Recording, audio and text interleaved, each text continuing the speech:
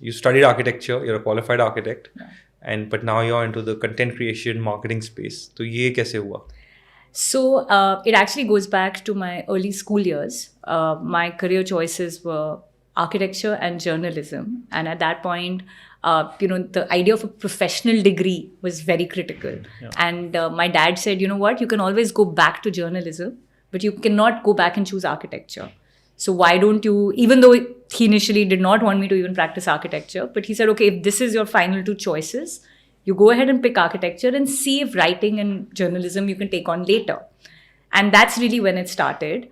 So, but coincidentally, every time I got a professional opportunity work-wise, right through my college years and subsequently, it was always to do with writing and content. Right. So my first job right after my internship was with one of India's oldest magazines. And then I was always wondering that, am I doing justice to my 5 years of education? So I kept running away from this aspect, and I kept looking for opportunities that would be mainstream architectural practice.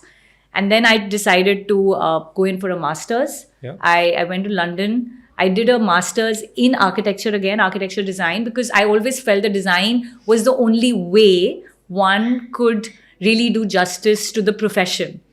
And it is at that point I realized that, which was just a complete shift in thinking, mindset, and the environment where I was, that practice is not just making buildings. Right. There is a whole other dimension of mainstream design and practice. And there are so many allied domains that actually are responsible for the success of a good practice. Right. And that shift in thinking made me start, it really made me start exploring other avenues. So when I worked there, my role was, I got a job with a leading firm.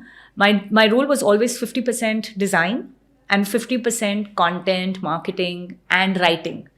And that over many years led to me coming to that realization that, this was what my interest and this is where my passion was.